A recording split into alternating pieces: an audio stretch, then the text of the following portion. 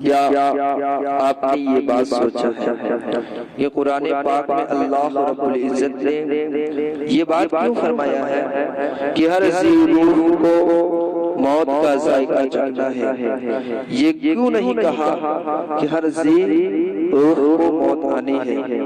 آپ نے کبھی اس لفظ ذائقہ جس کو انگلش میں ٹیسٹ کہتے ہیں، کیا آپ نے کبھی اس پر غور و فکر کیا ہے؟ سائنس کہتی ہے کہ ہر انسان کی چکھنے کی حسن مختلف ہوتی ہے۔ اگر کسی کو کوئی چیز پسند ہی نہیں تو اسے اس کا ذائقہ برا ہی لگے گا۔ چیز کا ذائقہ اس میں ڈالے گئے اجزاء پر منحصر ہوتا ہے، اس لیے ہر شخص کی موت کا مزہ اس کے اعمال کے مطابق ہوگا، اس کا ذائقہ دوسروں کی موت سے مختلف ہوگا۔ یہ آپ کی موت ہے تو اس کا ذائقہ بھی آپ ہی کو چکھنا ہوگا، لہذا ابھی سے اپنی معاملات اور اعمال درست کر لیں تاکہ موت کا ذائقہ کڑوا نہ لگے۔